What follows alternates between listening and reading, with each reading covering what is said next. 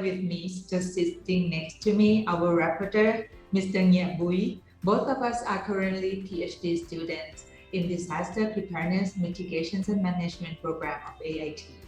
So as we about to begin, I have just few housekeeping note to make, so please allow me. First, the Zoom session will be recorded, and the recorded session will be made available on request. So please mention to us if you have any objections also. Okay, thank you. Then our technical chair will be announcing the presentations and respective presenters for you. Next, we will have the Q&A question. We will have the Q&A at the discussion at the end of the presentation that we have today. So, lastly, you participant, you can post your questions and queries in the chat box, and I would like to request the presenter to keep track on the chat box and answer the ones that directed to you. If not, then we will discussing at the end of our session. So for no further delay to kick off this session, please allow me to welcome our two co-chairs this afternoon, Professor Anil Kumar Gupta and Dr. Rani Chatterjee, sorry, sir. Professor Anil Kumar Gupta, he is currently a professor and the head of India's National Institutes of Disaster Management, Divisions of Environment and Disaster Risk Management. He is also a program director of the Center for Excellence on Climate Resilience and implementing numbers of projects with national, subnationals, and business administrations.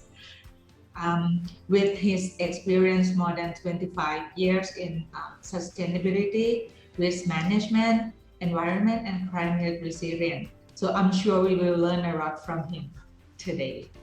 And Dr. Rani Chatterjee going to be with us this afternoon also. He is a co-founder of Resilience Innovation Knowledge Academy, or RIK, and his work focuses mainly on disaster management while spanning across architectures and heritage, governance, private sector, and ecosystem service. So we are really pleased and so honored to have both of you with us today, sir. And I believe we're going to make this session not just wonderful, but also this afternoon going to be full of learning and new experiences. So let's hear from our co-chair and presenter. I will pass the floor to you, sir. Thank you. Thank you for setting the stage for this very important session. And though I have myself and my colleague, we both co-chairs have already been introduced, I, from my behalf, would like to welcome all the team of who is managing this session. So welcome, dear Rani Chatterjee, and thank you, Professor Gupta. All the speakers of this session. And I would be before we start the session and take the advantage of listening to the researches that has been submitted for presenting in this session by a wide range of authors, because I see a wide range of geography is also covered, and wide range of institutions are also covered when we look at various papers that have been submitted here in this session. A few points I would like to share, and then I would request my colleague, co-chair, Mr. Ranit, to take the proceedings forward. So, as we all know, that we have undergone a paradigm shift in disaster management. So there is now much focus is on inclusiveness and looking at disaster management from sustainability point of view. And this period of 2015 to 30, that we are on the journey towards achieving the goals of sustainable development, that we say SDGs. But it is not the journey of SDG alone, but it's a journey of a number of important international agreements, like we are party to climate Paris Climate Agreement, Sendai framework, that is the key for disaster risk reduction, but also like United Nations Convention on Combating Desertification, various other protocols of managing water related issues, like Geneva Convention on Air Pollution, and so many important aspects which are also having a lot of integration with the 17 goals of SDGs. But for all these, one important aspect is very, very common and cross-cutting. That is the focus on capacity building. Capacity building, when we say basically, and when we look at various institutions and agencies which are into the business of capacity building, so we find that one of the main objectives behind the capacity building intervention is developing professional competence.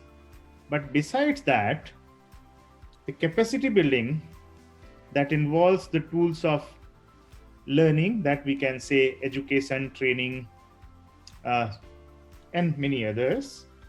So orientation of the people from various disciplines towards a designated area of achievement, and here it is the disaster risk reduction and sustainable development together.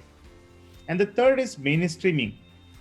So by capacity building, we also try to enable mainstreaming of our thought process, or the subject that we want to focus, into various other lateral streams of education and research.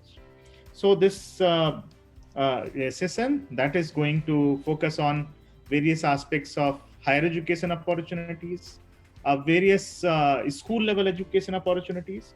It would also discuss about various challenges, like the job related issues, the resources related issues, and also establishing disaster management as a discipline. But it would also focus through some presentations on various opportunities, and it would also share some expertise and knowledge related with various kind of pilots and models which have come up in various parts of the geographies. And I think finally that the key word that appears to my mind is interdisciplinarity and transdisciplinarity, that we are going to witness through this discourse on disaster risk reduction and sustainable development. And I think higher education is one of the very, very important area now, as 5 years have already completed in Sendai framework journey, and now we have to move ahead. So with this, I would invite my colleague, co-chair, Mr. Ranit Chatterjee, to please take the proceedings forward. Mr. Ranit, please. Thank you, Professor Gupta. And I think I just got a message. There is some announcement that needs to be made from the technical team. So possibly I'll just hand it over to technical team and then take it over from them. Yeah, over to you.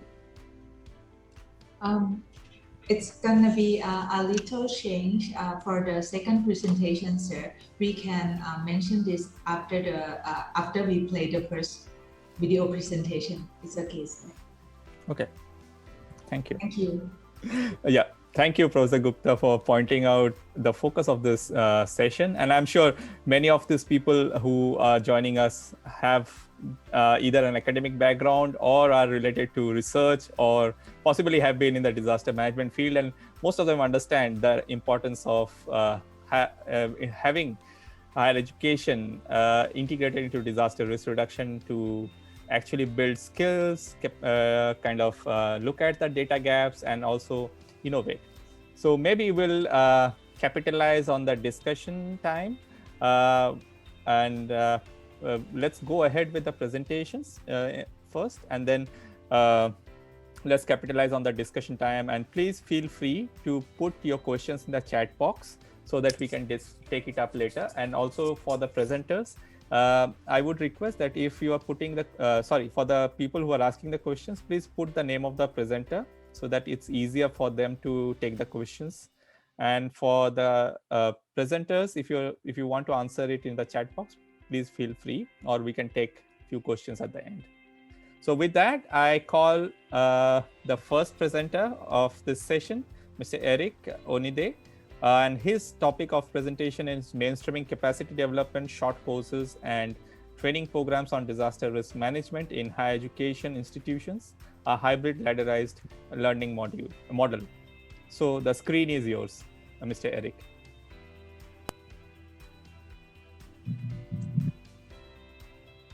Good day, everyone.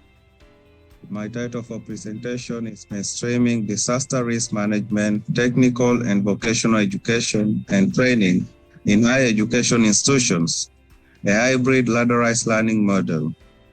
My name is Eric Koinde, a student from the Graduate School of Business, Philippine School of Business Administration, taking up Masters in Business Administration with specialization in disaster risk management. So following the impact of COVID-19 on higher education institutions, several policies in the Philippines have noted the importance of capacity development in implementing disaster risk management to meet institutional and personnel coping and adaptive capacities necessity. In 2017, the Philippine School of Business Administration, PSBA, Manila, one of the higher education institutions, pioneered a formal degree program, FDP, that is Specialization of Disaster Risk Management, in its existing Master in Business Administration program. However, meeting the demand for DRM TVET through formal degree program and keeping it sustainable is still a challenge. Our argument: the main drivers of these challenges include, but not limited to, the following: time constraints on the part of participants to complete 2 years formal degree program, lack of institutions offering DRM TVET programs that can be credited in lieu of subjects in higher education programs curriculum, and inadequate availability of DRM trainers. So this is the map showing the location of our 2 pilot institutions, the Asian Institute of Technology in Thailand and the Philippine School of Business Administration, Philippines. Study aim and pilot institutions. So the study aims to develop a hybrid ladderized learning model, HLLM, by dissecting Graduate School of Business, PSBA Manila, Philippines existing subjects from MBA DRM curriculums, and DPMM AIT, Thailand's existing subjects from master and certificate courses curriculums into certificate programs. The conceptual framework of the study. We start by identifying the challenges that are there in meeting the demand for DRM TVET through formal degree program and keeping it sustainable. And then we assess the possibility of developing a hybrid ladderized learning model, HLLM. And then we go down to substantive, thorough, sophisticated literature review to find existing legal mandates and frameworks in developing hybrid ladderized learning models. And then we arrive at available legal mandates and available related frameworks and models. Proceed to dissecting of existing subjects from MBA DRM curriculum into certificate modules. That is from the Philippine School of Business Administration, Manila, Philippines. And also dissecting of existing subjects from master and certificate courses curriculums of Disaster Preparedness, Mitigation and Management Department, Asian Institute of Technology, Thailand. And then proceed to the module development of DRM TVET subjects, which can be credited in lieu of higher education programs, curriculums, subjects. And then we conducted dry run. We seek tester registration for national certification, as well as AIT recognition and permission for certification. If no, we go back to the modules development and we do the necessary changes. And then we go back again, dry run. And if yes, we proceed to hybrid ladderized learning model. And we meet the demand for DRM TVET and we keep it sustainable. So the study was conducted through a substantive, sophisticated, thorough review of related literature. And this is our methodology. The researchers collected substantive, pertinent primary data through sophisticated, thorough literature review, and also reviewing of the existing mandates on ladderized learning models. The development of hybrid ladderized model passed through dry run of well-designed DRM TVET programs built on the dissection of subjects from MBA DRM and AIT curriculums as pilot case. The hybrid ladderized learning model also includes mechanism consisting of asynchronous and synchronous modes of learning. The HLLM is aligned with Executive Order 358 promulgated in 2004. It developed on the mandate and legal framework for wider scale and accelerates implementation of ladderized education, primarily at national level. Further, the ladderized education system is introduced through Commission on Higher Education Memorandum Order number 43, 2008 series as an integral building block of the HLLM. The conclusion and recommendation.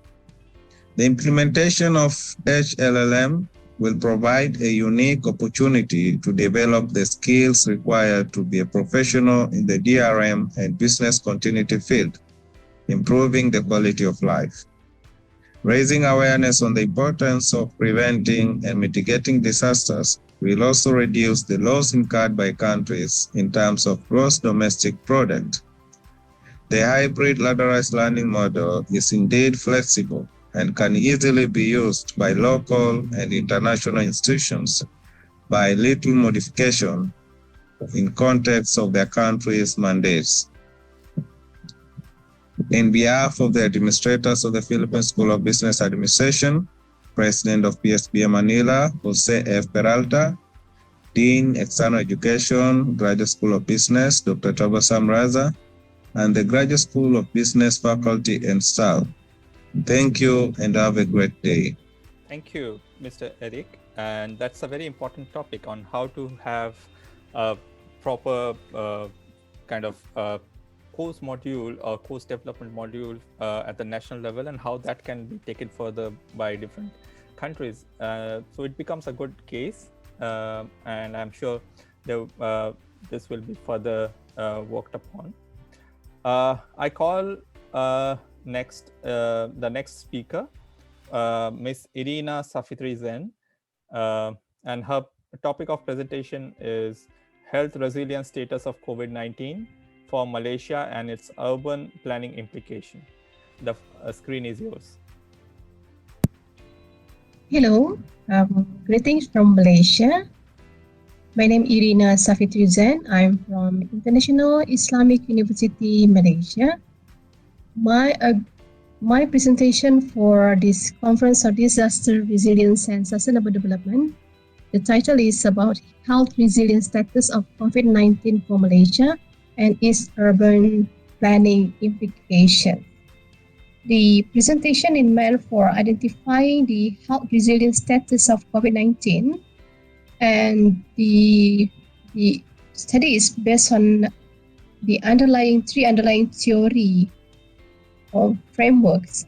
First is about from the World Health Organization Health Emergency Disaster Risk Management, which consists of 10 core components.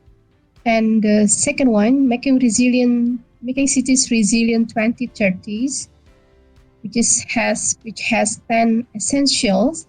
And the third framework, discover disaster resilience scorecard addendum, which based on the UNDRR. So the idea is to combine it's not to combine, but to integrate and to adjust it according to the needs of urban planning, is in order to identify what is the current status of health resilience status from the health resilience, and of course the implication on further action for urban planning implications. So the first component, which is public health and governance, on how this public health and governance need to be considered in the first stage of health disaster resilience. In Malaysia, there is National Security Council, which located in the Prime Minister Department. And there is a National Disaster Management Agency, NADMA, who function as a secretariat for this council. The council has 3-tier disaster management platform. And in this current health disaster, there is a special Ministry of Health Disaster Management Committee for COVID-19. And we have Policy Directive 20, which is focused more on the physical disaster. And the amendment needs to be made according to this current situation. We have this Prevention Control of Infectious Disease Act 342, which amend according to the needs of COVID-19 for the movement control order and also the isolation or surveillance. And this Act 342 is also supported by the Police Act 1977, International Health Regulation 2005, and the MOH Disaster Management Plan. And there is also Malaysia's Strategy of Emerging Disease and Public Health Emergencies. And on the second component that need to be considered on how is the planning and coordination during the current health disaster and how it helps to create disaster scenario for the future. First, we identify that there is a crisis preparedness and response center in Malaysia at the federal, state, and district. This is to provide strategic recommendation for the city planning, and then the scenario helps to develop through the COVID-19 Vulnerability Composite Index, which produced by the Think City, and the MOH Disaster Management Committee is also emphasized on how is the coordination mechanism for planning and operation for health, DRM, in Malaysia. And the other governance, planning and coordination also involving the DRM cycle at state level and at district level. So if you look at on the total disaster risk management, the 4 cycle includes preparation, response, recovery, and mitigations. At the district level, so we have the disaster risk reduction programs. And for the community resilience, we have this acceptability sub-index, which is according to the comorbidity and the age distribution and pollution indicators in each state. This information helps us to identify how is the community resilience according to this criteria. So the third consideration component that need to be considered on health disaster resilience is on the public health and finance. In Malaysia, we consider Malaysia Budget 2021 about 70 billion allocated for COVID-19 fund, but another related COVID-19 is also allocated for 3% for health related, 11% for recovery, and also for the socioeconomics, COVID-19 Malaysia for SME, and also for in order to help the tourism sector and education. But of course, there is also NGO Mercy Malaysia who took initiative to establish COVID-19 pandemic fund to collect the fund from the public. And for this component, the urban planning implication is actually, it is important if we can create the disaster fund at the city level or local authority level, such as in Makati Disaster Fund in Philippines. And rebuilding a new normal urban economy also need to be tailored economic support and relief package to help the smaller business, informal workers, and risk sector that need to be helped. And for the fourth component on institutional resilience capacity, it is important to have the skilled staff, of course, across the state. But then there is also dedicated mobile medicated staff available for the 10 locations. And for the institutional resilience capacity, we have also the CPRC to monitor daily cases of the COVID-19 and evaluating the implementation of strategies, related program activities also conducted up to the city level. So for this purpose, it is important to provide to utilize the COVID-19 Vulnerability Composite Index, which consists of 6 main components, which helps the policy making and also the government to take action based on the existing data. But of course, the utilization is still not at the maximum level. So for this purpose, implication for the urban planning is actually, it is important to empower and strengthen the health department at local authority and also recognize the support from the local NGO, utilize COVID-19 Vulnerability Composite Index and actively involved with disaster resilient, disaster risk management at district level. For the fifth component that need to be recognized also, the information and knowledge management on disaster response. So currently, Malaysia also has the disease surveillance through the MySejahtera check-in for individual endpoints. And then Malaysia also has disaster outbreak response matrix, the ORMM, the early warning system, HIDE, using the big data analytics to predict the new cluster. And of course, one single source of information, Malaysia Ministry of Health, to guide public related to COVID-19, and all other sources need to use this one source information to distribute. And then we have this psychosocial support online, CPRRC, and MySafe Travel. So in order for urban planning get involved and also improve the health resilience disaster, is actually by empower and strengthen the information and knowledge management and create special unit for disaster at the local authority levels. So for the risk communication, this is based on the exchange of the real-time information, advice, and opinions between experts and peoples. The Malaysia government utilized at the maximum level for the social media involvement, and then fully capitalized by using the variety of platforms such as Telegram, Crisis, CPRRC, Malaysia MOH, consistent updates regarding the COVID-19 situations, using the Telegram channels and also the Twitter, Instagram, Facebook, and etc. The health resilience to improve the health resilience infrastructure, current IoT implementation has been adopting for curbing COVID-19. For example, by using smart thermal detection, surveillance network, and healthcare delivery.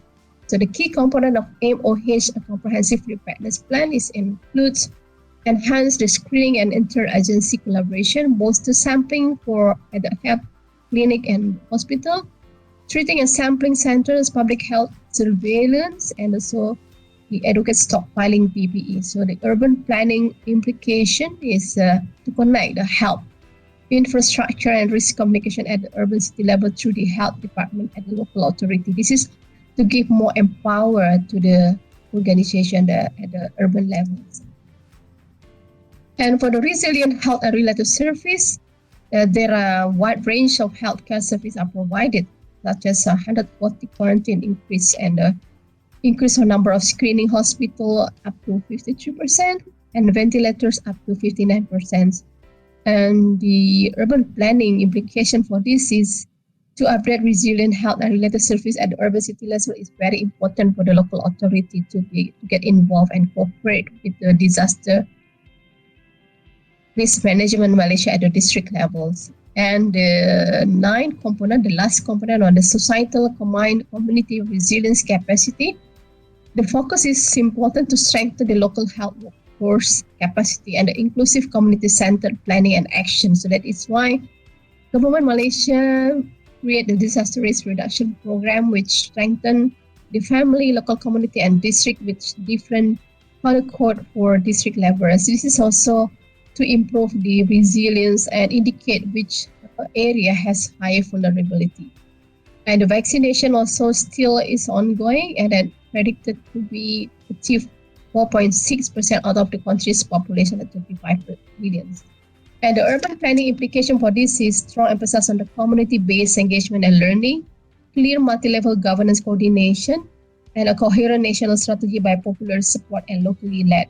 If you look at here, there are various platforms has available also at the global level, which can potentially be adopted at the local level. I end my presentation here. Thank you very much for your attention.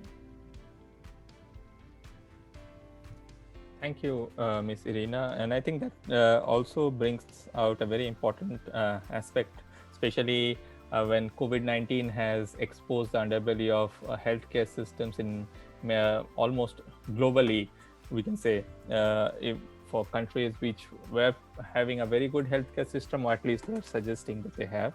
I think urban planning becomes a very important tool, not only for how we design the urban spaces, but how we bring this integration of governance or policy, evidence-based research into policy, as well as how do we plan land uses. So I think that's a very important topic which possibly would be taken forward in the years like coming ahead, especially in the in relation to urban, like in relation to health care infrastructure.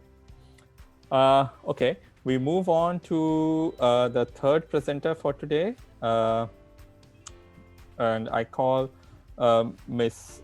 Wilma C. D. Los Santos, and she will be making her presentation on natural hazards and their impacts to the three campuses of Mindoro State College of Agriculture and Technology. The screen is yours.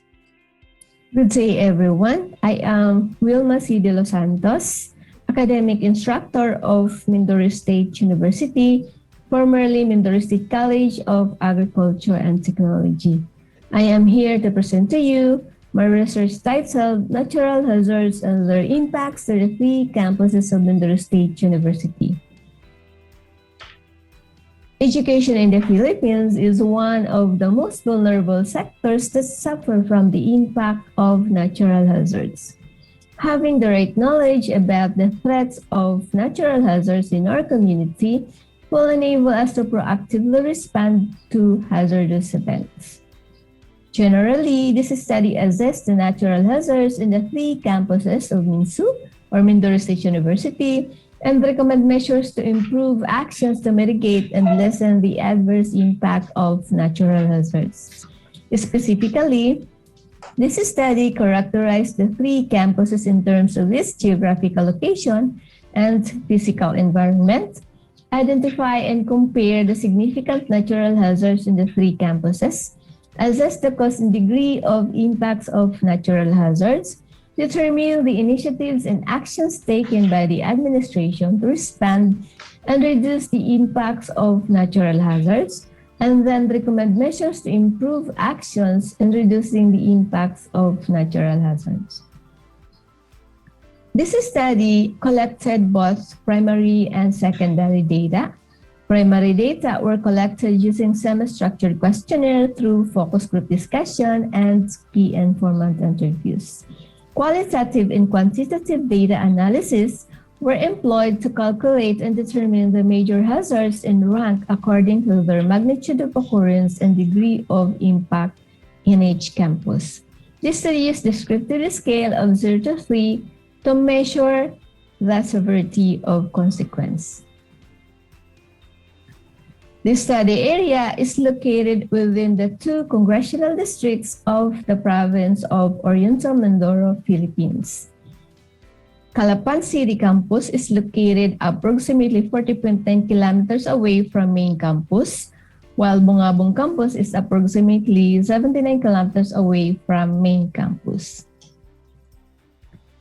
This figure shows the physical maps of the three campuses. Main campus has a total area of 700 hectares. Major portion of the land is agriculture. Palay is the dominant crop in the area. Main campus has forest reservation area, which is part of the Mag-asawang Tubig River watershed. Main campus, being close to forest ecosystem, experiences a higher rainfall rate compared to other areas. A significant portion of the area is flood-prone due to heavy rains and being close to watershed areas. Calapan City campus has a total area of 1.87 hectares. It is located in urban city where vast residential and commercial areas are surrounding the campus.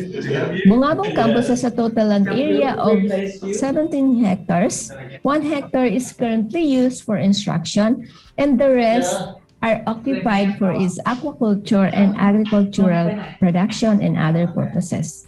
The college on its east is bounded by the sea, and on its north and west are residential areas. There are also rivers passing through the campus, fish pond, and portion of agricultural production areas such as rice and other crops. You can see in the table and figure the ranking of hazard events. Study shows that tropical cyclone that results to secondary hazards such as heavy rainfall, floods, strong winds, and surge rank 1 in all the campuses, while monsoon-induced rain, floods, strong winds, and surge rank 2 in main campus and Calapan City campus, while sea level rise rank 2 in Bungabong campus.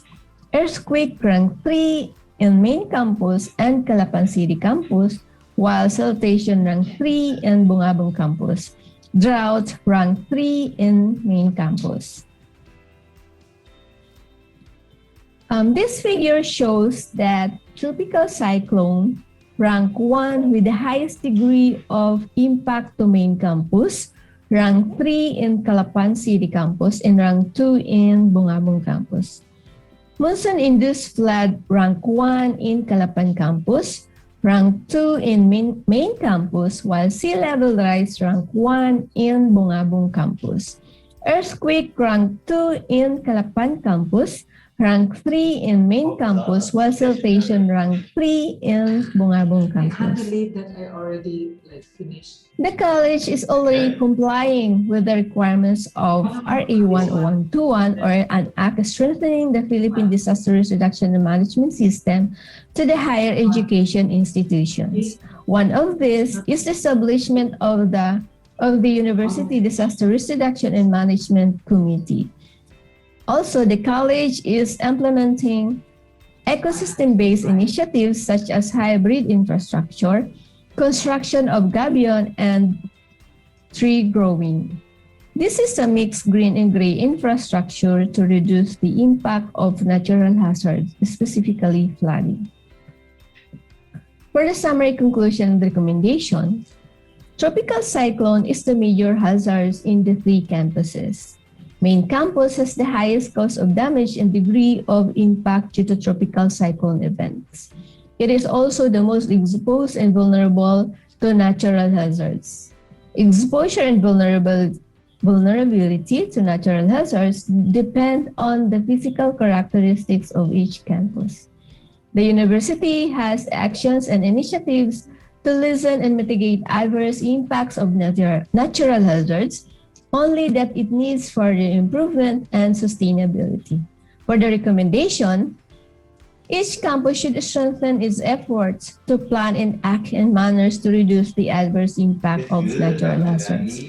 More attention should be given to main campus as it poses high exposure to threats of natural hazards. Further recommendations are enumerated for information and capacity, college disaster risk reduction and management, environment, infrastructure, agriculture, and fishery, to improve hazards prevention and mitigation At least we efforts. had like our separate room. Thank you very much. Thank you very much. That's all. Once again, have a nice day. Thank you, Ms. Vilma. And you brought in a very important topic. And as we say, there is this common saying that charity begins at home. So many a times it happens that we have many, top professors teaching about disaster risk reduction in different parts of the world, but possibly not much is implemented within the university. And I have been part of one of the such study involving Kyoto University and Tohoku University in Japan, where we were trying to understand how students perceive the risk and how do they look at the university campus. So I'm sure this would be a very important study and it would help the universities in strengthening their infrastructure. We move on to our next presenter for the day. I call Ms. Heti Archige Kamila Priyankara. I'm sorry if I'm mistaken in the gender. And the next presenter is Ms. Nurul Along.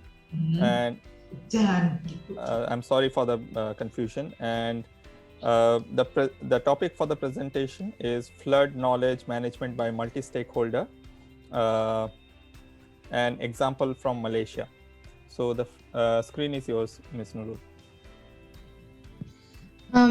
Hello, today I'm going to discuss about flood knowledge management by multiple stakeholders, an example from Malaysia. So my name is Nurul Along, a PhD student from University of Newcastle, Australia, together with my supervisors, Dr. Iftikhar Ahmad and Dr. Jamie Mackey.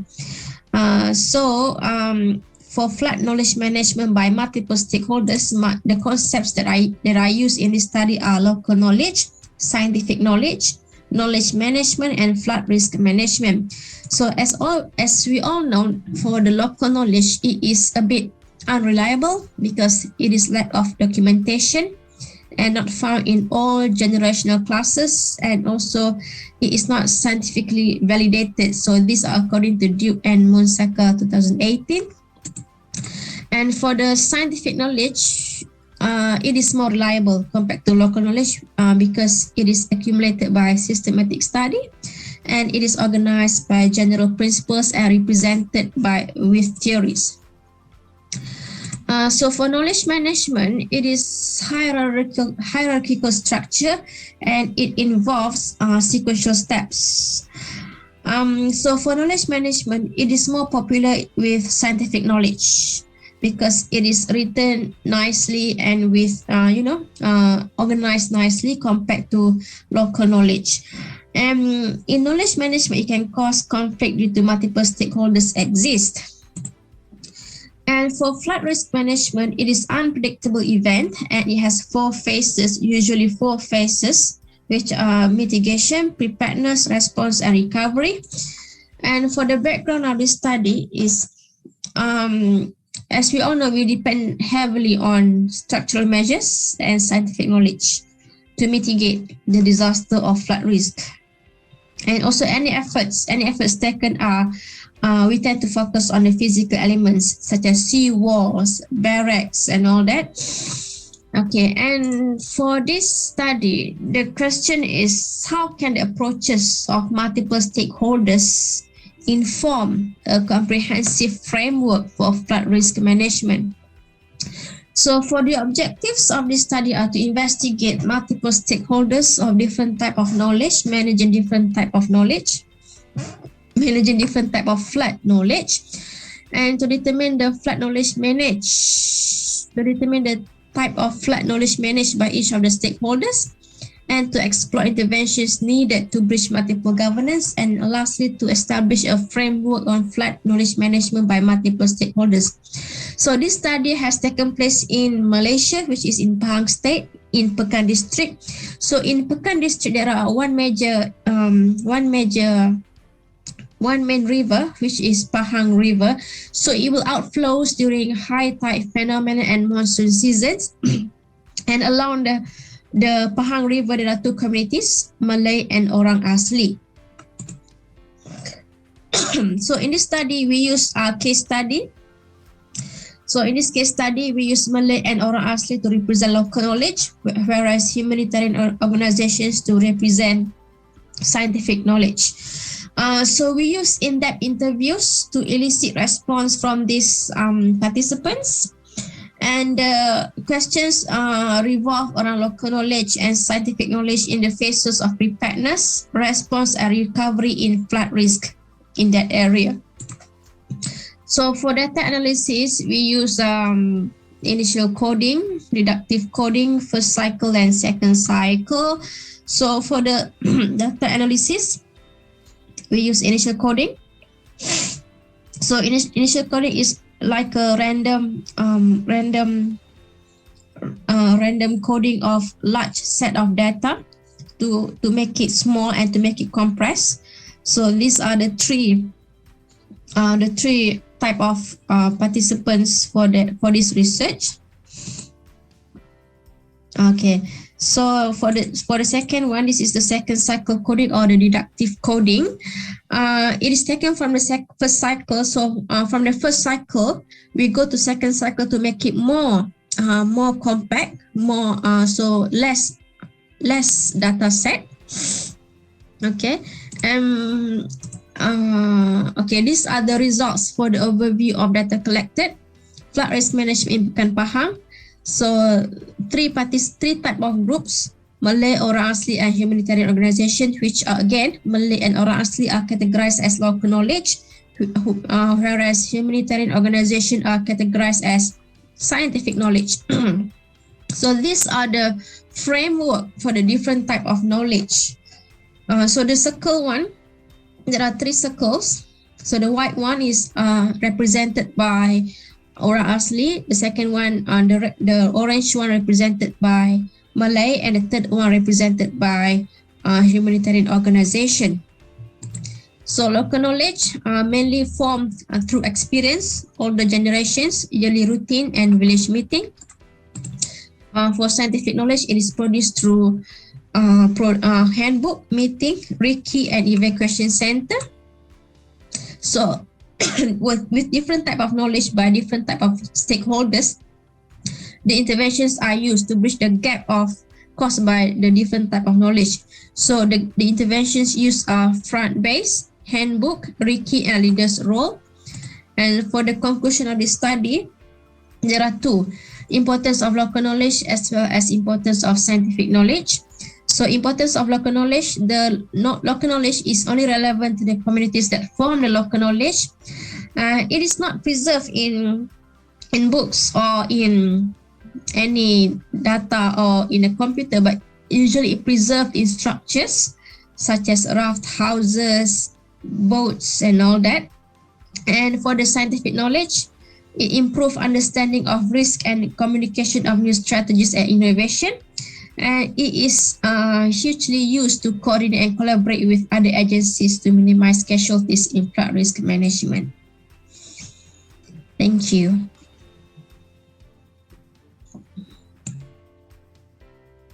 Thank you, Ms. Nurul. And I think you raised a very important debate on how to take local knowledge and scientific knowledge further in addressing disaster risk as well as climate change or climate adaptation or climate uncertainties.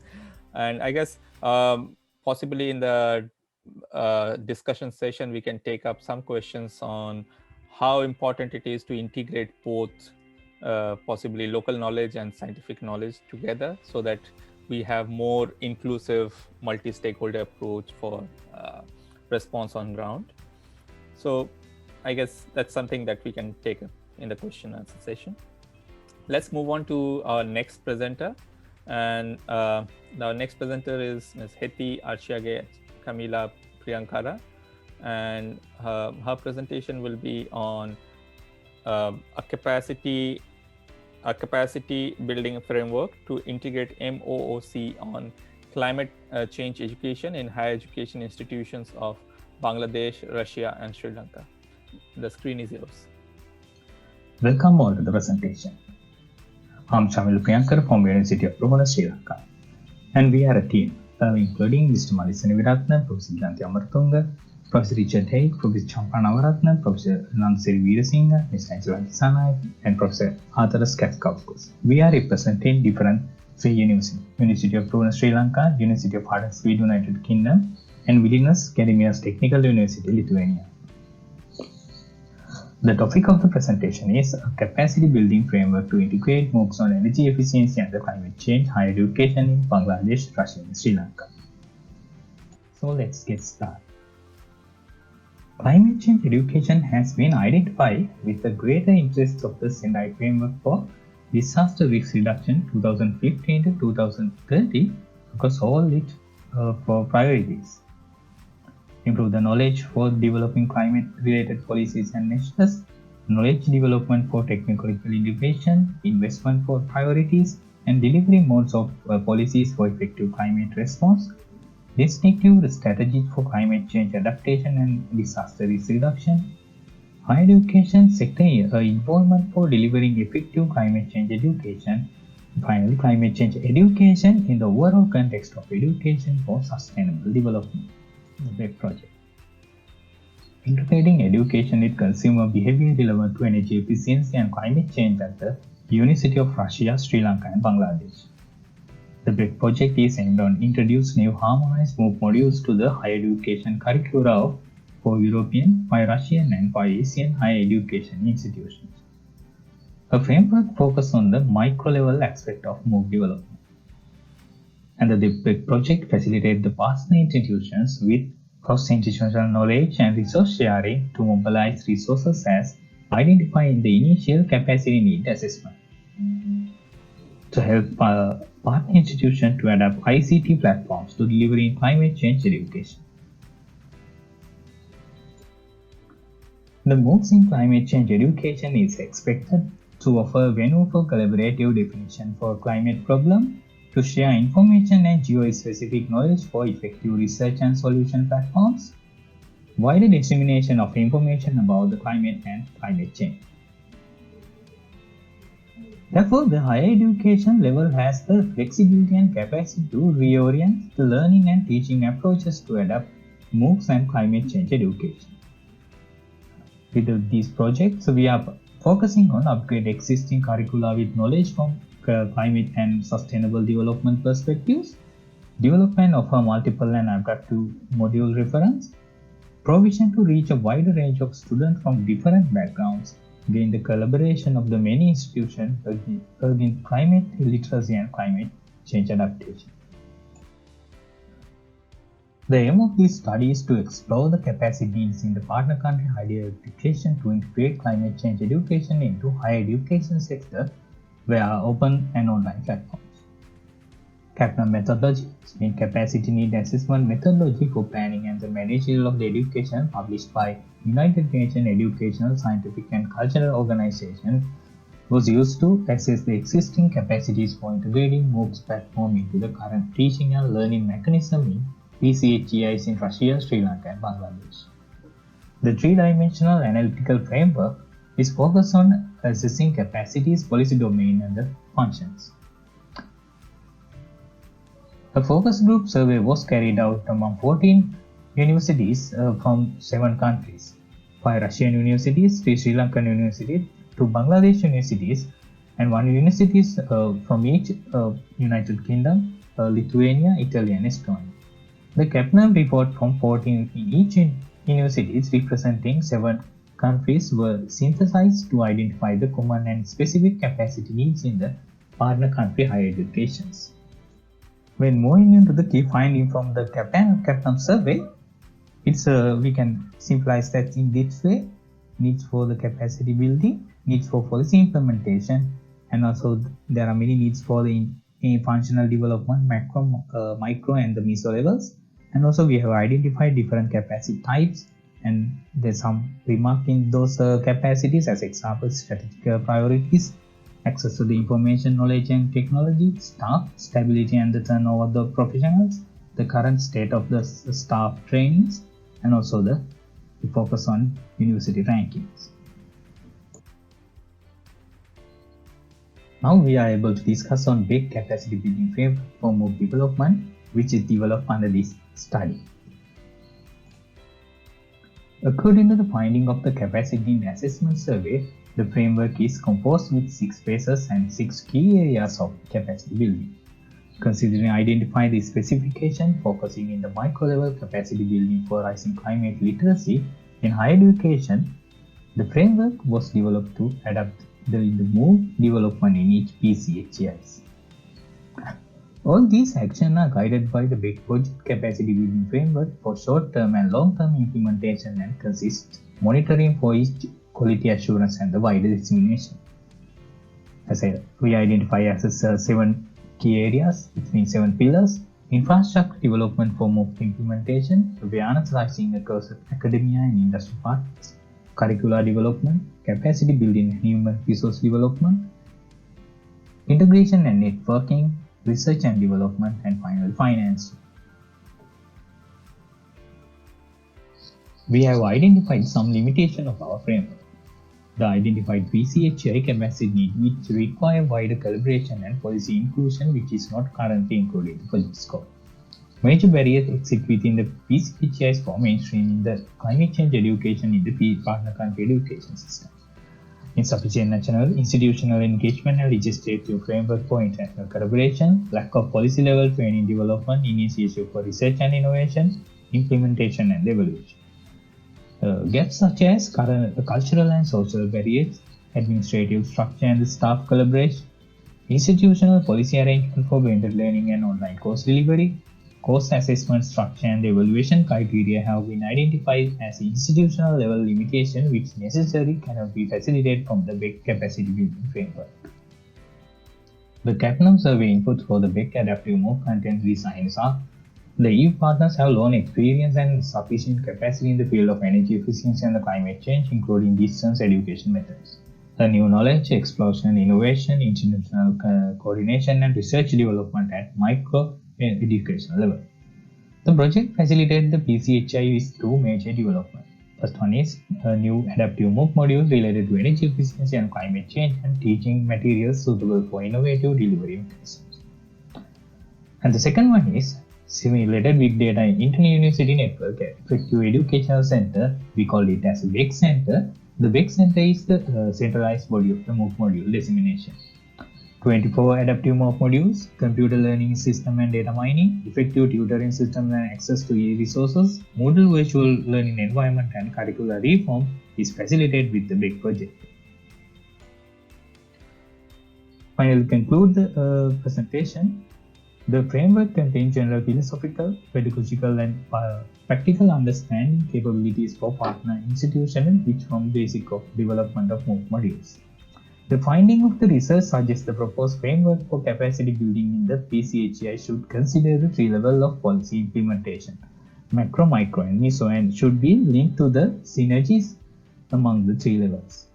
The designation of exploitation plans act as the drive for the continuously wide awareness and ensure the engagement of wider stakeholders and communities in the MOOC modules.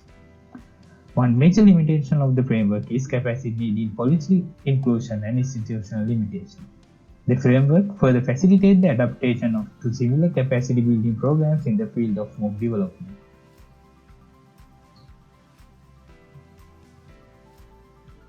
And finally, the BEC project capacity building framework can be customized and adapted into the other similar projects to achieve long-term sustainable capacity development across wider communities. And thank you.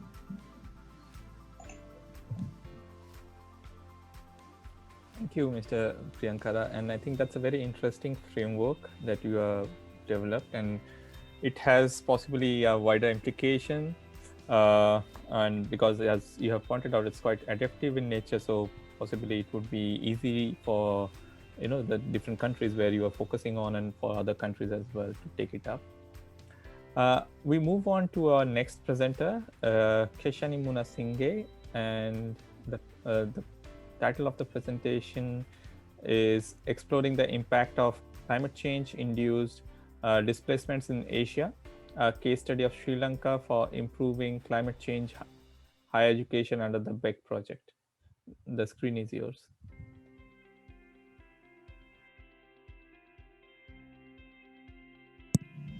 Hello everyone, I'm Keshani Munasinghe from the Social Policy Analysis and Research Center, University of Colombo. I will be presenting the research title Exploring the Impact of Climate Change Induced Displacement in Asia, a case study in Sri Lanka for improving climate change higher education under the BEC project, which was done in collaboration with University of Huddersfield, UK.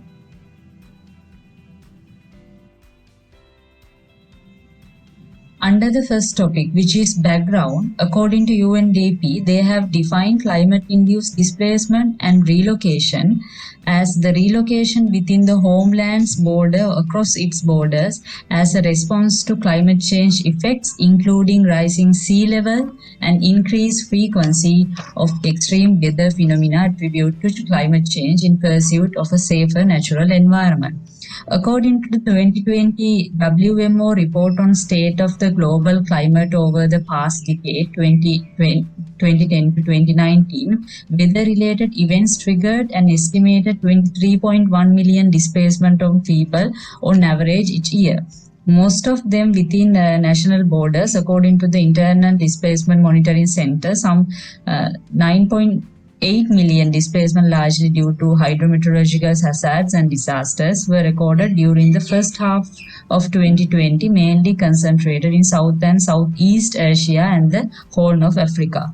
Events in the second half of the year, including displacements linked to flooding across the Sahel region, the active Atlantic hurricane season, and typhoon impacts in Southeast Asia, are expected to bring the total for the year close to the average for the decade. According to IOM and UNHCR, many displacement situations triggered by hydrometeorological events have become prolonged or protracted for people unable to return to their former homes or without options for integrating locally or settling elsewhere. They may also be subject to repeated and frequent displacement, leaving little time for recovery between one shock and the next. Under climate-induced displacement trends, according to IDMC data in 2020 and 2021, as shown in blue in the map, most of the disaster displacement recorded globally in 2020 took place in the East Asia and Pacific region. Typhoons, floods, earthquakes, and volcanic eruptions triggered 12.1 million new displacement, the highest figure since 2016 and above the region's 10-year average. Powerful storms and flooding fueled by climatic variations such as La Nina triggered 94% of them. Under Sri Lankan context, Sri Lanka is undergoing three major types of changes: gradual increase in ambient air temperature, changes in distribution pattern of rainfall, and increase in frequency and severity of extreme weather events. These climate change patterns can impact on several sectors like human settlements and infrastructure, food security, water resources, coastal and marine sector, health. These are the most critical areas that need special attention in climate change adaptation in Sri Lanka. Out of all these sectors, we focus more on human settlements and infrastructure. Human settlements and infrastructure are two closely connected areas that come under the direct influence of climate change impacts. Impacts on settlements and infrastructure have direct repercussions on basic living standard of the population.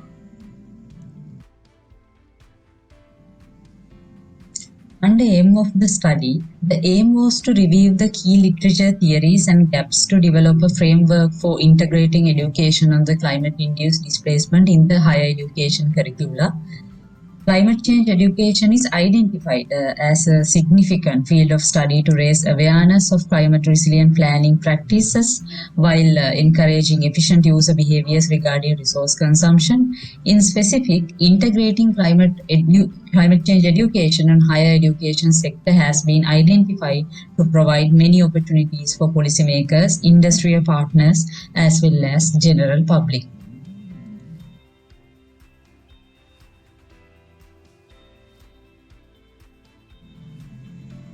Under methodology, an integrative literature review was carried out based on the following two research questions.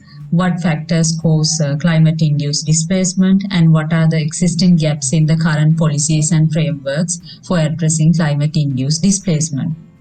This literature review was conducted on peer-reviewed and non-peer-reviewed literature on climate change and climate change adaptation. The structure of the literature review was focused on the following key elements: exploring climate change and its impact from a spectrum of global context to Sri Lankan context, push factors of the climate-induced displacement in relation to the Sri Lanka, existing mechanisms and policy frameworks in relation to the climate change adaptation of Sri Lanka, also role of the higher education to mitigate the climate change issues in Sri Lanka. Now you are viewing the structure of institute and coordination mechanism of climate change adaptation in Sri Lanka. On top we have National Expert Committee on Climate Change Adaptation and National Steering Committee. In the middle we have National Focal Point, and bottom line we have sectoral climate cells, regional climate cells, National Working Group, CSO Forum or Forum of Civil Society Organizations. The National Focal Point takes the responsibility of overall coordination of the plan. Sectoral climate cells will be established for vulnerable sectors to coordinate activities within respective sections. National Working Group will be a consortium of national lead agencies and non-state representatives. Regional climate cells will be set up according to the requirement for implementation of actions that are specific to a given regional area. Forum of Civil Society Organizations, a group of partner agencies, will be a coordination body established to support actions that have grassroots level operations. Under key gaps for addressing climate-induced displacement, we have identified a few gaps: information, technological, policy and governance, institutional and coordination, and resource mobilization gaps. All of these gaps can be addressed directly or indirectly by improving climate change education in Sri Lanka. The role of the education in addressing the gaps in climate change adaptation, focus in the management of climate change induced displacement. Education can play a vital role in the following areas: research and development. There's a critical research need in the field of climate change and climate change adaptation in Sri Lanka. Research facilities and skills and training needs should be improved. Building of adaptive capacity of the communities, assessing adaptive capacity and vulnerability of the local communities, enhancing community participation in the climate change adaptation practices, utilization of local knowledge on climate change and climate change adaptation, changes in attitudes, lifestyles and behavior regarding climate change and climate change adaptation, education, training and awareness to improve skills and raise awareness on climate change and climate change adaptation.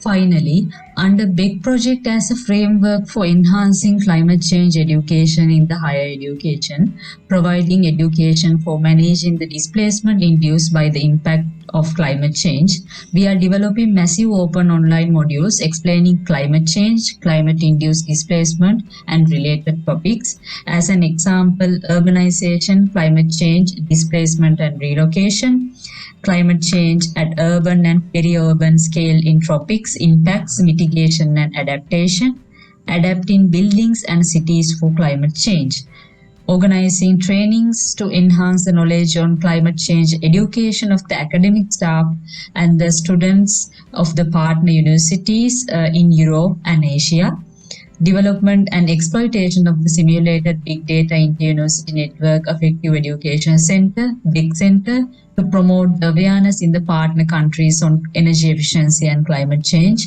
Also, capacity building in the relevant institutions for climate change adaptation. Thank you very much for your attention. Thank you, Ms. Keshani, for bringing out the role of formal and informal education in climate change.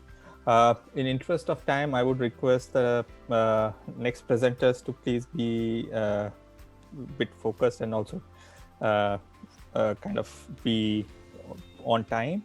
I call upon the next presenter, Navarun Verma, and his presentation is on game-based pedagogical framework for teaching systems approach and disaster resilience. The screen is yours.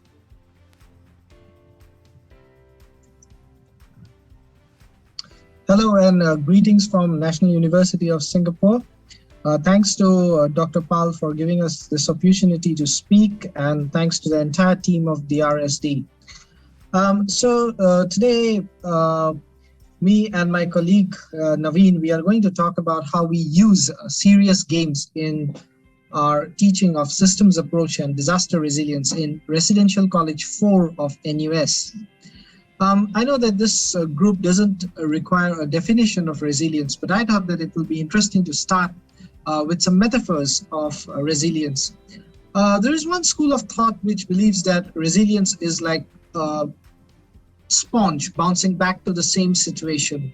And there is another school of thought which believes that resilience is like children jumping on a trampoline. That is, they jump, but they may not fall to the same situation. And it may not even be beneficial to fall to the same situation. Now, whichever school of thought we may be believing in, but increasingly there is a need to integrate these schools of thought. And these schools of thought actually use a language of systems approach, an approach that we try to teach in our college in NUS. And we believe that the techniques and tools of systems thinking and system dynamics helps us to understand the cause and effect relations, which may be separated in time and worldviews, identify feedback loop structures, as well as time delays, all of which are very important to understand policy consequences. I basically use a serious game called Forest at Risk in my level 1000 module on disaster resilience. And I try to help the students through this pedagogy to grasp the 5 steps of modeling, from problem articulation to hypothesis generation using systems thinking diagrams, then converting the diagrams to system dynamics model, and then further to test for policy. So the game that I was talking about, Forest at Risk, is freely available online, and it's basically embedded in the theories of tragedy of commons and also Buzz Holling's social ecological resilience. Basically, students start with a pool of trees, which they have to harvest for money and then also use it for disaster protection infrastructure. But disasters hit with uncertain magnitude and also frequency. So now how do I use this game in my pedagogy is that the first step is that students actually anticipate what the size of the forest and the community wealth may look like in the 10-round game. They hypothesize causal factors of this anticipation and present it in the form of a systems thinking diagram. Then they play the game and share their understanding of the evolving situation, negotiate for rules. After playing the game, they actually compare between their anticipation and actual game result and go back to the drawing board and modify their systems thinking diagrams. Now, in the 5th step, they actually use these diagrams to come up with full-blown system dynamics models, where they later go for policy testing and also reflecting on the whole process. So we wanted to understand that, can this game-based pedagogy develop students' ability in modeling skills and also help them to think through this modeling steps? Well, actually, students understand that they go beyond the social structure and environment and go towards more human agency variables post-game. And then they also develop a fair amount of skills in model formulation, model validation. Most interestingly, they actually test policies, that is, they change the policies from the ones that they used in the game, change it in the model. and also not only reflect on the impact of these policies, but also the context and the framework in which these rules are embedded. These are some of the examples of the students' work as well as their reflection points. Now I pass on the time to my colleague Naveen. Thank you, Navrun. Hello, everyone. I'm going to cover another aspect of employing gamification in the context of infectious diseases, where students primarily act as creators of or co-creators of the problem that they would investigate in their project. Next slide. Before I get into the details of the problem background, let me introduce the research question, which is, can game-based modeling project serve as an alternative to conventional system dynamics modeling project? To keep it simple, we will find whether students achieve better learning through game-based modeling project or through the conventional full modeling project. Next slide. This slide shows the research experimental design. The senior seminar module, which I teach, namely infectious diseases, dynamic strategies and policies, would be taken as a test bed for our research question. This module is studied by students from multiple disciplinary background. We have analyzed the project reports of 23 groups, which comprises of 66 students in total. The students were given two options to do the project. The first option involves the conventional full modeling project, while the second one involves the game-based modeling project. The student groups were given full freedom to choose the project. 11 groups chose conventional modeling project, while 12 groups chose the game-based modeling project. Next slide. Conventional modeling project follows the 5 steps of Sturman as explained by Navarun. Over years, I have observed some key issues in learning through this mode. The level of learning was not the same for all groups, and also it was not the same for students within the same group. The students had a hesitancy to come out of their disciplinary comfort zone. The students coming from technical background believed qualitative modeling and report writing were not their take, while the students coming from non-technical background, like from Faculty of Arts and Social Sciences and Business, believed that modeling and software were not their comfort zones. The idea of having systems thinking and system dynamics modeling in RC4's curriculum is for students from different disciplines to have a holistic learning experience. But this was not happening at all in this option. Oftentimes, the students end up in analyzing an infectious disease problem as a healthcare issue only. They were not successful in integrating the social, environmental, and economic perspectives. Next slide. This led to the new idea of game-based modeling project. Here, students create their own epidemic and pandemic problem in the form of a game, play the game, collect the data, and then start the model building process. Since students experience the problem on their own through creating the problem, playing the game, it offers them the first-hand experience on the problem. They become as one of the stakeholders. They were able to integrate the social, economic, health, and environmental perspectives to the problem. Next slide, please. The reports from both full modeling and game-based modeling projects were evaluated based on the 5 attributes that are mentioned in the table. It can be found that for majority of the attributes like model conceptualization, incorporating policies, integration of multiple perspectives, and the overall ability to transfer the real-world phenomena, the game-based modeling project students had a superior learning experience over the pure full modeling project. Next slide, please. I've also collected some indirect evidences of learning through student feedback. The game-based learning modeling project students acknowledge that it pushes their learning boundaries and it offers the scope for creativity and critical thinking, and it also builds enthusiasm and fun for learning. That's where the disciplinary boundaries disappear. coming to the end of this presentation, overall, Navrun and I tried a different approach of game-based modeling. In which case, in Navrun's case, they use an existing game and they collect data and build the model. In my case, students develop their own game, collect data, and build the models.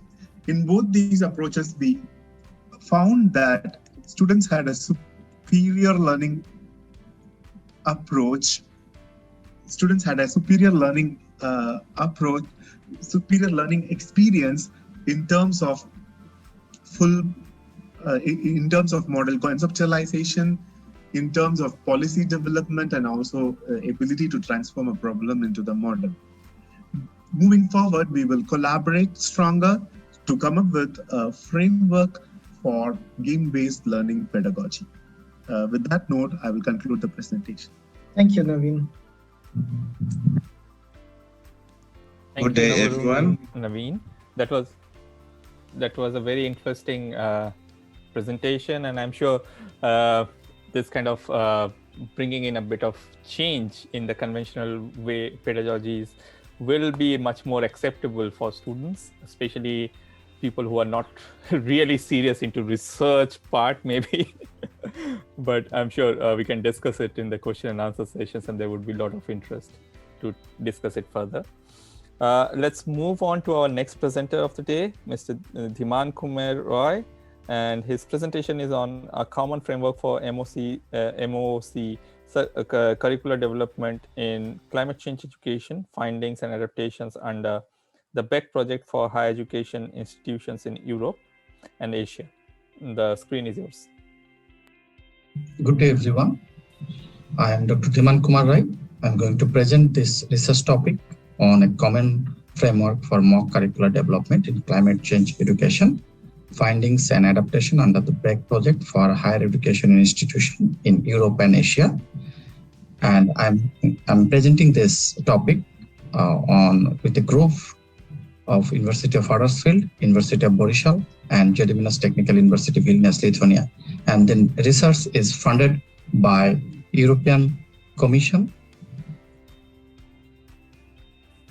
So introduction, this research topic mainly based on climate change and energy efficiency.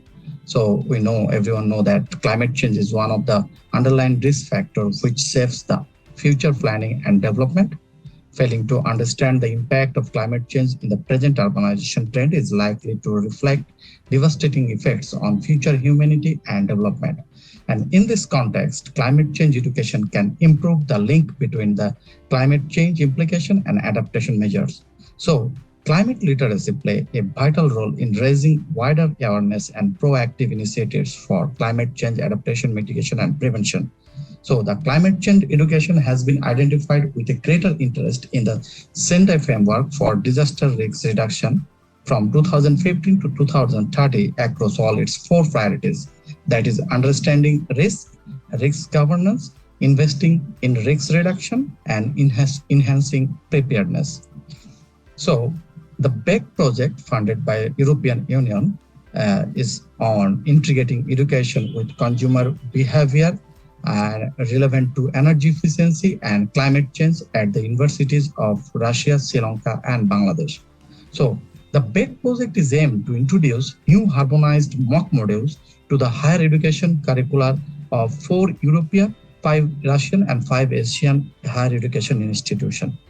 The BEC project facilitates the partner country higher education institution with cross-institutional knowledge and resource sharing to mobilize the resources as identified in the initial capacity needs assessment.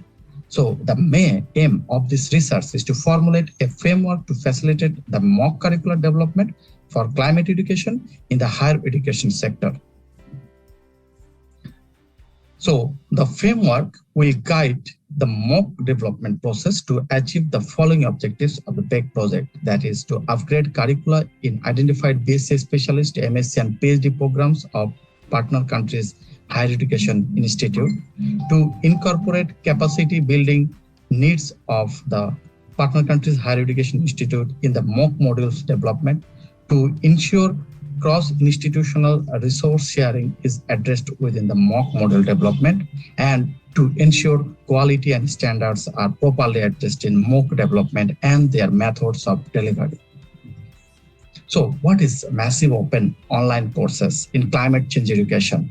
So the MOOC in climate change education is expected to achieve in-depth comprehension about the essential principles of Earth climate system and scientific information about climate change. So wider dissemination of the information about climate and climate change and ability to make informed decisions that may affect climate. So to adopt climate literacy, the higher education level has the flexibility and capacity to reorient the learning and teaching approaches, that is, upgrade existing curricula with knowledge from climate and sustainable development perspectives, provision to reach a wider range of students from different backgrounds of the world, develop and offer multiple and adaptive modules reference to climate change education, and gain the collaboration of many institutions for urging climate literacy and climate change adaptation. So the big project wider objectives focused curricula are aimed to upgrade and harmonize in the multidisciplinary adapted mock modules on climate education in the partner countries' higher education institute.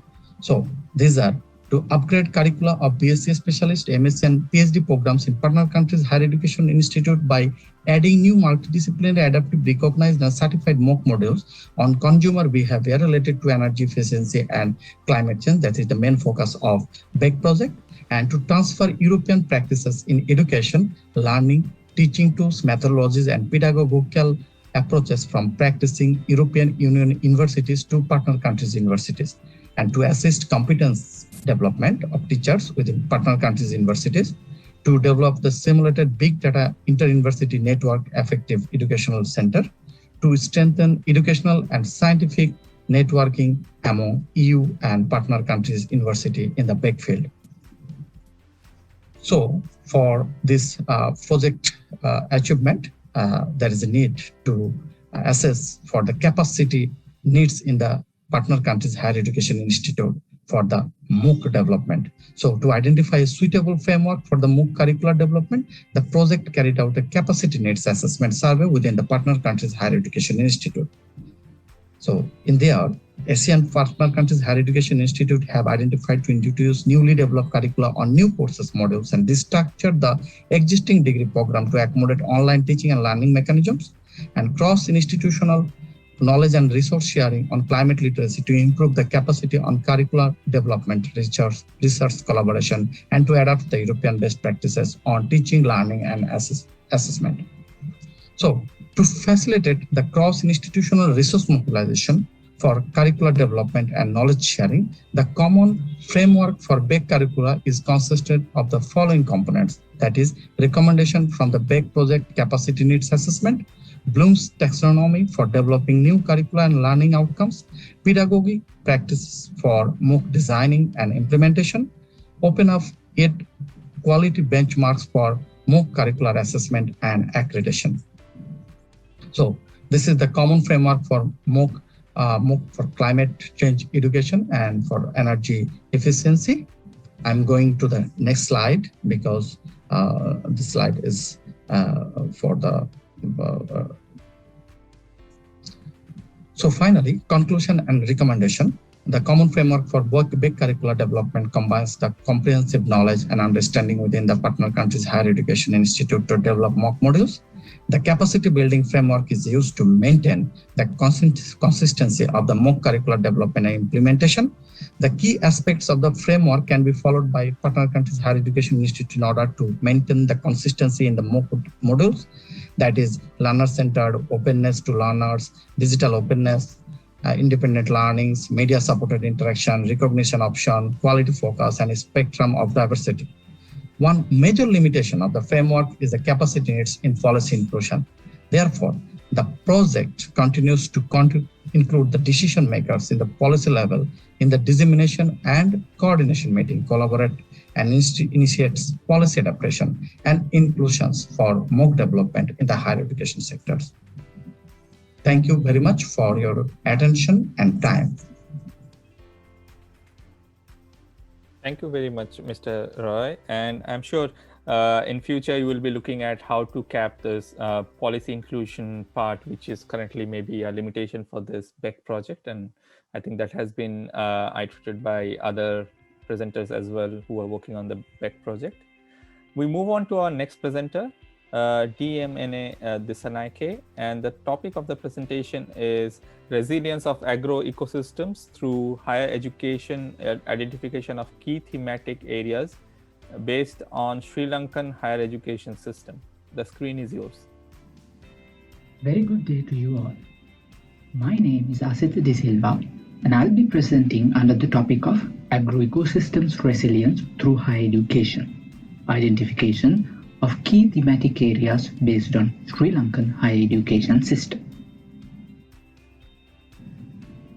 Agro-ecosystems of the world are very important and considered under the Sustainable Development Goals, especially the Goal 2 and Zero Hunger, Goal 3, Good Health and Well-being, Goal 11, Sustainable Cities and Communities, Goal 13, Climate Action, and Goal 15, Life on Land. Agroecosystems are also challenged by many factors like climate change, urbanization, industrialization, population growth, and market economy. Challenges are further complicated by lack of awareness and knowledge on resilience mechanisms. Therefore, as a part of EU-funded project BRITAI, we are trying to fill this knowledge gap in Asia. Building resilience in tropical agroecosystems, we fill the knowledge gap by developing a master's program aiming to strengthen agroecosystems resilience in Sri Lanka. Under that project, this study was conducted under two main objectives. One is to identify the key concepts and thematic areas, and two is to develop a framework. So how did we do that? The methodology consists with 5 different activities. So first we conducted an initial literature review. It was done by University of Ruhuna, preliminary focusing on the local aspects related to tropical agroecosystems resilience. Then there was an extended literature review conducted by the University of Huddersfield with a global perspective related to tropical agroecosystems resilience. We adopted a systematic review using 3 databases of Scopus, Science Direct, and Emerald, and there were 83 papers reviewed. Then there was a questionnaire survey conducted to identify the present situation in Sri Lankan higher education systems related to tropical agroecosystems resilience. And we have 113 responses. Then the institutional reports based on 5 partner institutions of Sri Lanka, whom are the University of Ruhuna, University of Moratuwa, University of Colombo, University of Sri Jayawardhanapura, and Sabaragama University of Sri Lanka. And the roundtable discussions we had, starting from the kickoff meeting, to identify the initial survey instruments and also to validate the methodology and the framework that we were developing. This diagram shows how we conducted these step-by-step activities, starting from the literature reviews, then moving on to the surveys, and then the institutional reports, and at the end, combining all the outputs towards the BRITAI framework. In this slide, you can see the abstract framework of the BRITAI. The original framework consists of 151 concepts aligning within a 3-order frame using 5 thematic areas. So the 5 thematic areas are the environment, resilience, agroecosystems, policy and governance, and higher education. So these are the first order themes. So under these themes, there were so many other concepts aligning together. So moving on for an if we take higher education, you can see there are 5 second order concepts: networking, knowledge, technical teaching and learning, research and development, and capacity building. So if we take networking, there are stakeholder collaboration and sustainability, industry collaboration, intellectual property, shared experience, and international partnerships as the third order concepts. So I will not go through each and every concept, but I will show you the other 5 thematic areas. If we take resilience, we have disaster risk, sustainability, climate change, and socio-ecological resilience. Agroecosystems, we have crop and livestock, land use patterns, impact, land use pattern, agricultural vulnerability, urban agroecosystems. Moving on to environment, we have environmental issues, sustainable ecosystems, and ecosystems. When it comes to policy and governance, we have international policies, national policies, and also the governance component. So this is the comprehensive framework. So you can see the final framework, and based on this framework, we have gathered 5 thematic areas under one framework in order to develop the master's program in future. So in conclusion, the framework highlights the areas where higher education should focus on assuring agroecosystems resilience. Lack of capacities in training, soft skills, technical skills, and especially in the entrepreneur-based learning practices, lack of knowledge transfer among institutions, lack of technical capacities, less integration in the ecosystems-based approaches, lack of funding resources, low number of professionals who specialize in agroecosystems resilience, lack of networking among key stakeholders, lack of prioritization of concepts of agroecosystems resilience by higher education institutes and research institutes, lack of research in impact on agroecosystems are some of the areas that we have to keep in mind when we are developing the modules or the master's program. Hence, the framework supports designing of a master's program for addressing the identified issues in the higher education sector to strengthen the agroecosystems resilience education in Sri Lanka for contributing the sustainable development goals. So at the end, based on the BRITAI framework, we will be able to develop the course modules, we will be able to identify the existing gaps, and we will be able to identify the areas that we need to focus on developing this master's program. So thank you so much, and this is the end of my presentation.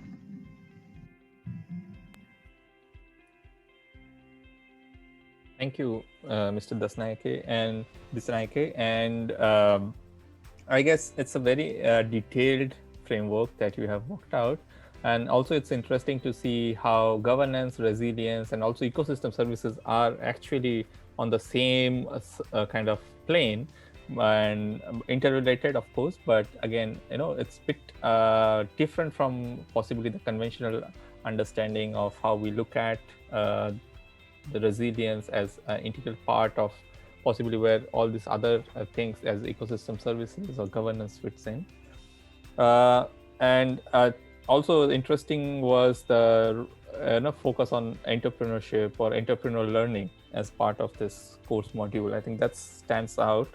Not many courses actually focus on that. So I'm sure this will be taking, this course framework would be going a long way. We come back to our last presenter for this session, Mr. Suban Kumar Chaudhary, and his presentation will be on barrier in accessing maternal health care during COVID-19, understanding the perspective of rural Garo women in Bangladesh. The screen is yours.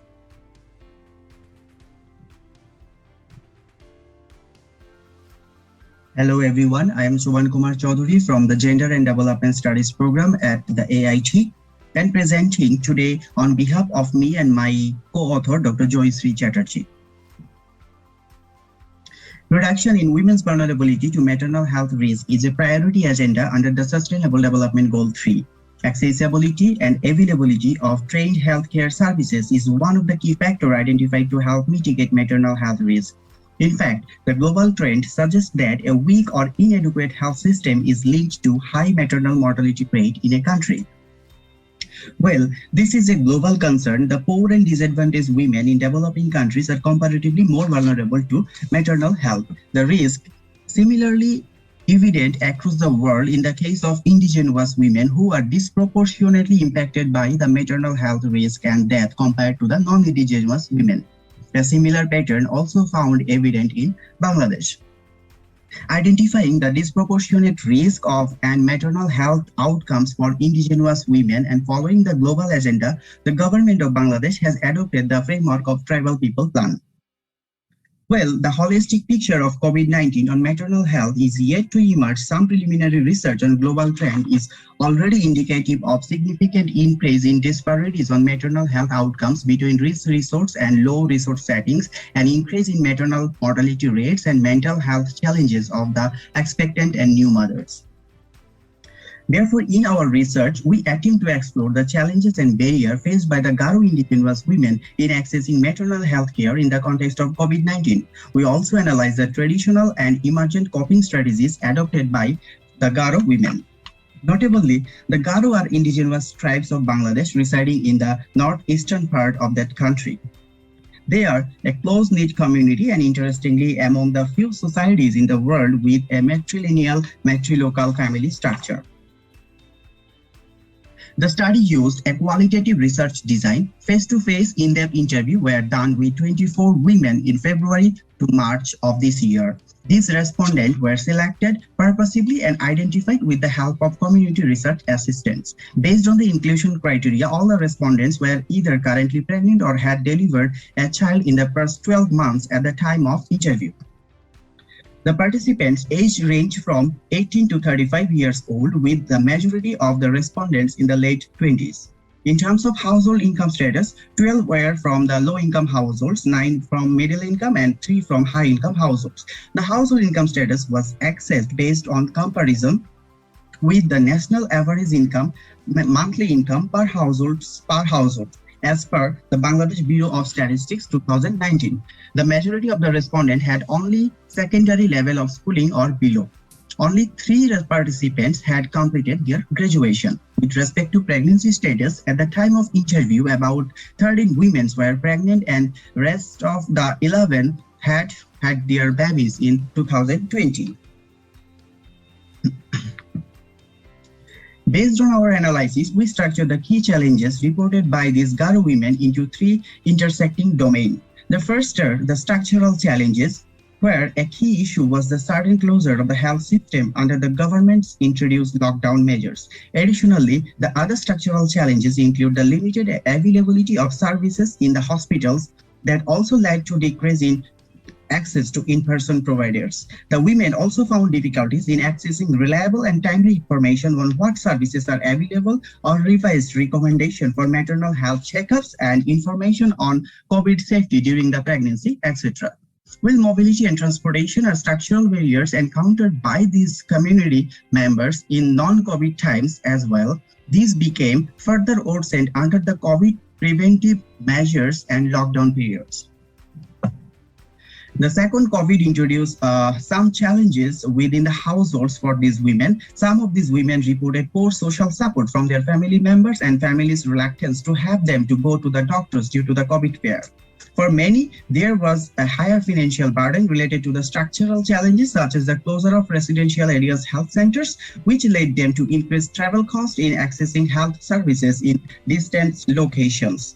Thus, these respondents also echoed the findings in the global studies with respect to increased mental health issues also. With respect to cultural challenges, the analysis revealed how pre-existing cultural and household gender practices related to mobility and decision-making were further reinforced, resulting in the women having lower agency and decision-making power about their own health needs. Focusing on the coping strategy with respect to these identified challenges, especially the structural one, a common finding is that all respondents, irrespective of their household income status, decrease the number of prenatal or postnatal checkups with medical professionals. However, this also compounded with an increased reliance on interpersonal communication network for knowledge and supports on maternal health issues. For few low-income women, this tended to be the neighbor. Women from high-income and middle-income family reported increased use of Facebook, especially pregnancy groups on Facebook, to gain advice and information. So while digital solutions were used by some, we also see the evidence of digital divide among the socioeconomic lines. The third coping strategy reported was increased reliance on family members, especially the husbands and mother-in-law, for support during and after the delivery. Finally, we find that the pre-existing cultural practices of home birth with community midwives and the close-knit nature of this community help absorb the stressors introduced into the health system due to COVID pandemic.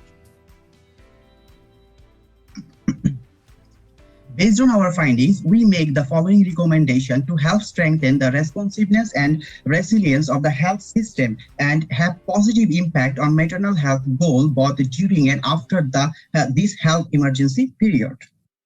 There is a need to increase the access of this community to trained healthcare providers. This can entail measures such as increasing investment and capacity of telecommunication services and addressing access barriers related to cost and language for the services. Otherwise, there is another option, that is investment in capacities for training more community health workers for in-community services, as online or digital services do not have the capacity to reach all. Our findings also revealed an expressed need for the trained women health professionals in particular. The second recommendations is about awareness building and support on both physical and mental health issues related to maternal health. Thirdly, we think that their efforts need to be taken to leverage existing norms and practices, such as reliance on interpersonal networks and community midwife presence during the home deliveries. Fourth is about raising awareness among the household members. And most importantly, we think that all these efforts need to be done from a gender lens. Finally, we advocate the need to strive for transformative changes in the maternal health to effectively address both health and gender equity. Thank you.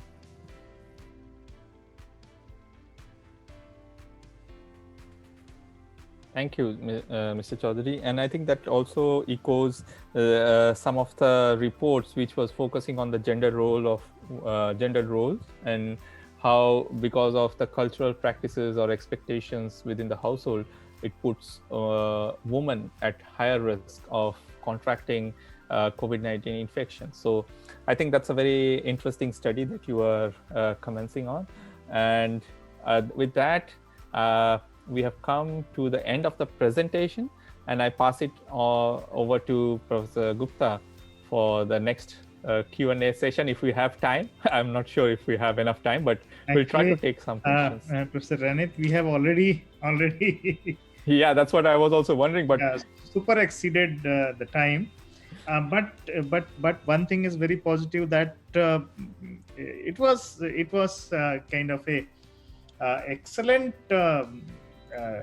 assemblage of topics. In fact, a wide variety of topics have been covered, and I think it brings very important messages for strengthening education system, not only higher education but also the school education. And some of the key points that have emerged. So Ranit, would you like me to give a brief summary, or what you suggest? Because I think we can have very quick summary because we are running short of time, and then so I'm also requesting everyone to switch on their camera so that we have a group photo also in the meantime. So meanwhile, the same time, so I'll also take 1 or 2 minutes, and then same time we can have a few pictures also. Okay. So very interesting thing, because disaster management also calls for the focus on the interdisciplinary and transdisciplinarity, and that has emerged from a number of presentations, and that is very important because when disaster management is being discussed within the science and technology institutions, there is some kind of bias, but on the other side, when it is within the humanities, then there are some kind of bias. How to address this bias? Because social science in technological institutions is also a different version of humanities, not exactly the way we discuss into in the humanities disciplines. Very clear focus has come on and that has very clear synergy with the UN Decade for Eco-Restoration. A number of presenters emphasize on the ecosystem-based approaches and nature-based solutions, and even that how nature-based solutions and eco-based interventions are being promoted by the disaster management related committees at institution levels. So like making their campus green and campus resilient. So that has also been a very important lesson. Then various training tools like MOOC is one of the very latest but very popular approach. And besides that, now we are promoting blended learning approaches also. So that has also emerged. Then besides that, another aspect that I think in the entire Asia Pacific, that focus is very much needed, is the interlinkages between academia, industry, government, and community. So I think this is very much required, and that will help solve us a lot of challenges associated with the resource gaps also, like research funding, scholarships to research students. That will also be possible, and the solutions which will emerge will be very much problem oriented. So I think these are the key messages. And the last but not the least, that inclusiveness, because the last presentation was also focusing, besides other presentation, on that how to integrate gender issues within the capacity building framework for DRR. So that is also very important. And from my side, I would add that we are moving very fast in technology, like two main domains like robotics, nanotechnology. These kind of dimensions we are moving very fast. But on the other hand, we are also facing that the economic damage has been increasing as against the fact that the number of deaths we have been able to reduce in many of the cases. So how we are going to cope up with the new versions of these challenges that the advancement of technology is bringing? Certainly, this is bringing a lot of solutions also, but new social dimensions. For example, I was speaking in a workshop of artificial intelligence, and maybe after a few years, we witnessed that these kind of conferences are being moderated, are being organized by our robot colleagues, not us. So how are the new things, and then how are we going to address the robo rights issues, not only the human rights or women rights? So these are the kind of new issues that are going to emerge. So I would like to say that it has been really a very wonderful session, and I must congratulate to all the speakers and all the participants. I'm sorry once again that we could not take the questions, but from the chat box we are taking the questions and we'll pass on to the respective speakers also, and we'll certainly look for some other forum. And my greetings and congratulations to my colleague Ranit for very nicely moderating this session. So thank you everyone, and to ICN Institute of Technology for this wonderful conference. Thank you. Thank you Thank you so everyone, much. and have a good day or good evening. Okay, thank you very much, our co-chair. Really honored for both of you, sir, having both of you with us this afternoon. And as a token of appreciation for both of our co-chair Toms and your valuable contribution as well to this session. Ladies and gentlemen, may I thank you so much for your active participation in our sessions, and I hope you enjoy our program. So this session is going to be ended soon, but we still have the next technical session, number 20, which concerning the natural hazard and disaster risk reduction. So it's hope to see you guys again if you are still interested in this topic. So thank you so much, Dr. Ranit and also Professor Anil. ขอบคุณค่ะ See ya.